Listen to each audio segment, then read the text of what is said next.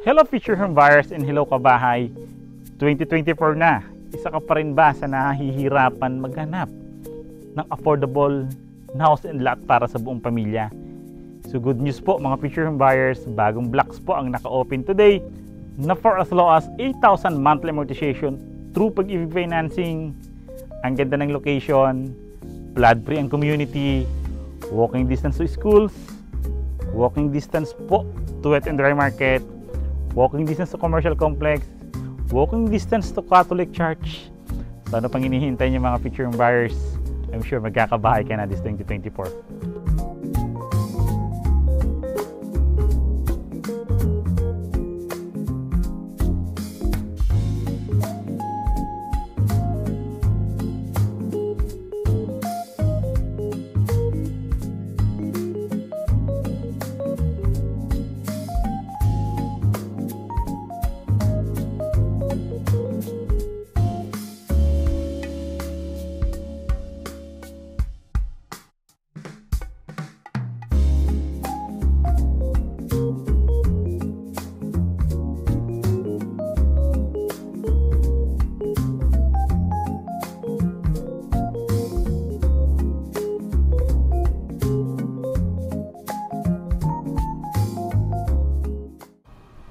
So yun nga mga future home buyers in the kabahay. Again, before po tayo mag-house tour, I'm Randy Salvador. Of course, my wife si Julian Salvador this 2024. Kami pa rin po ang susi at tulay patungo sa pangarap nyong bahay. So ayan mga future home buyers in kabahay, welcome to Villa Space 3 at Golden Horizon located at Barangay Hugo Perez 13, Martires, Cavite. So i-feature nga namin today is a two-story townhouse po na may lot area po siya na 40 square meter. In the floor area naman po is 42 square meter. Provision for 2 bedrooms. May toilet and bath na po ito. Spacious po itong two-story townhouse ito, promise. Magugustuhan at may in love mo to. So yan mga picture and buyers. Yan nga, before tayo pumasok sa bahay, sa ipipicture natin na actual turnover and the model house. Kung ngayon pa lang po kayo napapadalaw sa aming YouTube channel, like nyo na po yung video namin. Subscribe, pindutin nyo po yung bell button para updated kayo sa mga bagong videos namin. Katulad dito. Tara, house tour tayo. So ayan, dahil uulan na, mag-house tour na nga tayo dito. So ito yung unang papasukin natin is actual turnover. May model house tayo for the inner unit. May model house tayo for the corner unit. And good news po, may corner unit tayong available dito in very affordable price po. 2 unit po yun na corner lot. So di ba, excited ba kayo sa corner lot natin dito? Tara! Before tayo mag-proceed nga sa mga inventories natin, computation ng corner lot na pinag-uusapan natin ng inner unit, tara, mag-house tour na tayo. Si Catalina model nga po yan. Isa sa pinakamataas, may pinakamataas sa ceiling dito sa 13 Martires, Cavite na 2-story townhouse. And aside from that, siya na rin po ang isa sa pinaka-affordable na 2-story townhouse dito sa Cavite. 8,000 lang po ang monthly amortization nito through Pag-ibig Financing. Di ba, very affordable and baba ng required income dito. So yan, kagandahan pa, conventional po yung gawa ng bahay natin dito. Taas ng ceiling din, yung kulay po ng bahay natin yan, medyo makulay po siya. Yung tatak ng Golden Horizon po talaga is makukulay po yung bahay, di ba? So yan, kung makikita nyo, for the inner unit po, wala po tayong parking space. Yung frontage po kasi natin is 2 meters lang po yan. Provision lang siya for the parking space for the motor or the e-bikes po. Tara po. Yan, pagpasok natin dito, naka-cover naman po yung pintuan natin kasi medyo naka-expand po yung harapan natin. Then, naka-cover na yung pintuan natin ng konti. Parang medyo may initial protection lang tayo sa mga splash ng ulan. Yan. Pintuan natin is a metal flush door po ito.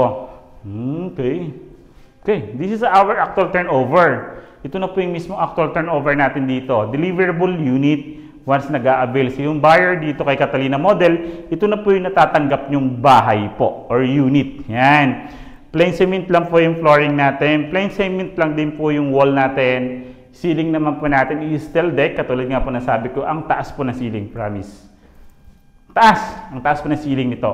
So, once mataas ng ceiling, syempre ventilated. Then, mas maganda. Lagyan ng mga designs like for example, ceilings natin, pagandahin yung ceilings. Yun naman po yung kagandahan dito. So dito naman located yung ating kitchen countertop. Yan, ceramic kitchen countertop with stainless sink in the faucet na po iyan. Then may bintana din tayong awning type window rito na magsisilbi siyang ventilation just in case kasi may service area pa tayong malawak doon, spacious na service area. Yan, di ba? Lagay tayong dining set dyan, dito or lagay tayo living area, TV, either po, it's up to you po. Doon makikita natin later sa model house kung paano nila din-distribute yung bawat kanto ng bahay natin. Yan. Then may one toilet in bath tayo rito. This is our toilet in bath. Plain cement po yung flooring ng kalahati. Tiles naman po yung kalahati. Di ba? Naka-ceramic tiles na rin po iyan. Then, complete toilet pictures na rin po ito from lavatory, water closet na flush type. Single lang po yung flush type natin dito. May soap dispenser. Then, meron na tayong, ano na rin to? Tama, may shower na rin tayo. Faucet, tissue holder, and soap holder po. Yan. Di ba? Then yung pintuan naman natin dito is a plastic PVC po, yung gawa ng pintuan natin dito. Dito rin po, mataas din yung ceiling. And kagandahan po dito, meron na rin po tayong awning type window rito na magsisilbing ventilation ng toilet natin. Ngayon, gaano ba kalapad? Or gaano kahaba yung ating toilet in bath? 1.6 meters yung toilet in bath. Yung lapad niya naman po is 1.2 meters, di ba? Okay siya, malawak. Yung pinaka-ano naman natin, lawak ng ating pinaka-living area or dito sa baba natin, 4.6 meters yung kahabaan ng bahay natin. Yung lapad naman po, yan. Yung lapad niya po is 4.3 meters. Di ba? Imagine that. Ang lawak ng magiging bahay natin for the 8,000 monthly amortization. So, yan, proceed tayo dito sa service area. Meron pa po kasi tayong service area rito. Ito yung sinasabi kong ang lawak ng service area natin dito. Later po, makikita natin gaano siya pinalaki rito, di ba? Laki pa niya, no? Simula dito kasing model house natin, in-expand na po or inayos na po. So, simula dito sa perimeter nito hanggang doon, nakakbangan ko. 1, 2, 3. So, 3 hakbang ko pa po yan. Di ba? Imagine, ganyang kalapad pa yung gagawin yung another bedroom. Actually, sa model house, nilagay itong isang bedroom at isang laundry area. Tara, balik po tayo sa loob. So, dito naman sa loob, ito lang po, may isa tayong bintana doon sa harapan, may isang bintana dito for the ano natin. So, sukatin natin yung pintuan. Gaano ba kalapad ang pintuan? Standard ba ang pintuan kay Catalina model? Yan. Oh, 90 cm. So, pasok siya sa standard size ng mga pintuan natin, ng mga main entrance door natin dito sa Pilipinas. Yan. So, yung bintana naman natin is, yan, yung window casement niya is may ano na rin po siya, para siyang naka-grills inside na rin po. So, yung lapad niya naman, 120 cm. 120 cm. So, standard din po ang bintana natin dito kay Catalina model. Tara, second floor tayo. Second floor, metal po yan, tubular. Footstep natin is metal din po. Tara po. Yan. Dito po, sa ating second floor is provision po siya for 2 bedrooms. Yung existing natin na gawang bahay na to is provision siya for 2 bedrooms. Pero just in case, di-demolish natin to, i-extend natin, kasya pa po, isang bedroom or 1 toilet and bath doon sa space pa natin sa likod. Diba? So dito, kung makikita nyo, 2 kwarto nga po ito. So, kaya natin dito maglagay ng 2 kwarto. Siyempre, 2 kwarto, parehas din po siya may 2 bintana. Ibig sabihin, parehas ng room natin is nakakasingaw. Meron tayong source of natural light, ventilated ang bahay. So, ayan, sukatin natin yung bintana. 120 cm. 120 cm. So, standard naman po yung mga gawa ng bintana natin dito. Kung makikita nyo, ano ba itong mga nakalaylay na to? So, electrical switches po yan na nakaabang na. Once i-turn over natin, lagay natin siya sa metal paring natin. Di ba? Meron ng partitions and electrical switches. Electrical outlets natin, 1, 2, 3, 4, 6 po ang outlets natin dito sa taas. Di ba? Ang ganda. Excuse me. Then, sa taas naman po, kung makikita nyo, mataas na yung ceiling niya pero naglagay pa rin po ng insulation during the turnover. Meron na tayong insulation. So, may initial ka ng protection sa init dito sa second floor. Yung lapad naman ng taas natin, kung makikita nyo po, yan. Yung lapad niya po is 4.5 meters. 4.3 meters po. So same lang naman po siya ng size sa baba. Ganda. So ngayon, ipapakita namin sa inyo yung sample na ni-renovate or in-enhance po yung inner unit. Tara po. So yan, mga future home buyers. So nakita na natin yung i-deliver, ibibigay sa inyong unit ni Golden Horizon once mag-avail ka kay Catalina. Tingnan naman natin, once na ipaayos yung bahay nyo, ano bang makikita nyo or gaano ba kaganda yung magiging bahay nyo. Tara po. Yan, dito naglagay tayo ng gate, concrete perimeter fence and steel gate. Ayan, talagang kung sakali naman wala kayong sasakyan, magiging space talaga siya for the garden natin, o pagtanim ng kaunting kamatis, okra. Yan, pwede po dito sa space na to, di ba? Healthy pa rin yung ano natin kahit nasa syudad. Yan. So ito naman po yung pinaka dress up natin. Hindi siya dress up actually. Inayos na po siya. Tinanggal na po kasi yung mga appliances natin dito in the furnitures. Dati may appliances and furnitures po ito. So ngayon tinanggal na siya. Ito po kasi yung binamigay ni Donald Bartolomeng bahay. So yan, kung makikita nyo pagpasok nyo, naglagay tayo dito ng 60 by 60 na granite tiles, di ba? So naka-granite tiles na po iyan. Ceiling natin, ito naman sa mga trademark ni Golden Horizon. Kung makikita nyo yung ano ni Golden Horizon, di ba? Ayun naman yung mga ceiling, makukulay po, di ba? Pagpasok natin, dito para naman yung kitchen countertop. Di para naman binago yung kitchen countertop natin dito. Yan. So yun yung naging space, di ba? Hindi nila nirelocate sa likod. Kasi bakit? Ginawa natin isang bedroom yon. Isang bedroom, like for example, may mga senior citizens tayong kasama, or tayo like for example, hirap na tayo umakyat sa hagdanan, naglagay tayong isang bedroom doon sa service area natin sa likod. Tara po.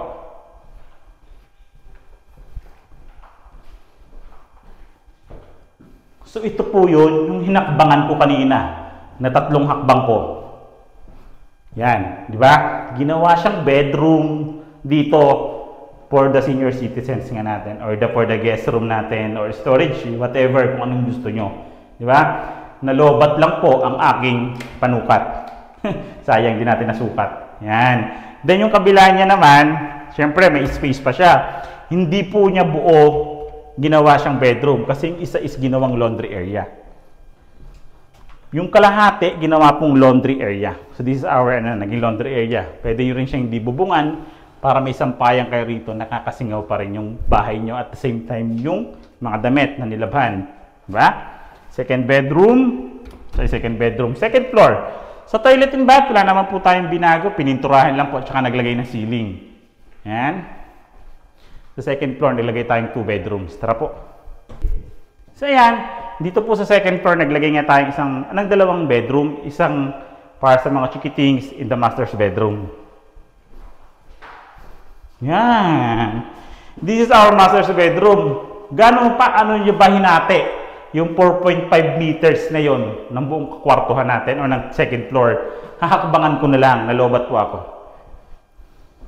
Halos 2.5 or 3 hakbang ko yung ginawa nila rito sa master's bedroom. Di ba? Then, yung 4.3 meters naman, yung kahabaan, same pa rin po. Siyempre, 1 bedroom, 2 bintana. Sinasabi nga namin na may space ka pa rito. Yan o. Pakita natin, Mrs. Ayan o, hindi pa siya naka-slab. Ang laki pa ng space niya. Isang bedroom pa siya. Diba? Imagine, pwede mo pa siyang gawin isang bedroom or 1 toilet. Yan. So, proceed tayo dito. Ito naman yung second bedroom. Hahakbangan din po natin yan. Isa. Isa't kalahati or 2. Kasya po dito, double size bed frame. Kasya po. Doon lang tayo bababa sa kabila. May bintana rin po tayong 2 rito nilagay ng ceiling. Diba? Tara, pakita din natin yung corner lot na model. Tara po. So, ayan. Nakita natin paano ba ni-renovate yung inner unit. Paano naman ni-renovate yung corner unit. Tara po. Yan. Diba? Space niya. Lagay siya gate. Dito tayo dadaan. Yan. Nakalak. Dito tayo dadaan pala sa kabila. So, yan. Lagyan pa natin siya ng gate. Siyempre, once corner unit. Ito po, yung lot area nito is 67 square meter po ito. 67 square meter tong pinasok natin na corner unit. Gaano ba siya kalaki? Dalawang sedan na kotse. Kasyang-kasya. Diba? Hakbangan natin. Laki. Laki nito. 1, 2, 3, 4, 5, 6, 7, 8. Siyam na hakbang po natin yung corner unit. Diba? Ang ganda. Like for example, picture expansion. Lagay tayong another bedroom. Malaking pamilya natin. Gusto natin kasama yung buong pamilya, mga anak natin. Tayo na lang tayong bahay dito, di ba? Yan, pasok tayo. So, ayan. Ito naman yung ginawa natin dito. Same lang po, granite tiles. 60 by 60. Pintura natin. I don't think kung mint green siya. Ceiling natin, ayun naman po yung ginawa sa ceiling. Di ba? Yan. This is our toilet and bath. Halos wala namang pinagbago sa toilet and bath natin. Same lang po siya, mint green. Pintura lang po at saka ceiling yung binago. Dito po uli tayo nagkaroon. Yung another setback natin sa likod, ito yung ginawa niya. Yan. Dahil may space pa tayong tatlong hakbang dito, yung lapad, ginawa niya bedroom. Aside from that, ginawa niyang lanay. Papunta sa ating cement. Excess lot sa gilid or swimming pool, di ba? Yan, lagay tayong swimming pool diyan, di ba? Ang ganda. Di ba? Maliit na swimming pool. Ganda. Then, yung isang gilid naman natin, ginawa niya pa rin po siyang laundry area. Yan. Laundry area, di ba po? Yan, proceed tayo sa second floor.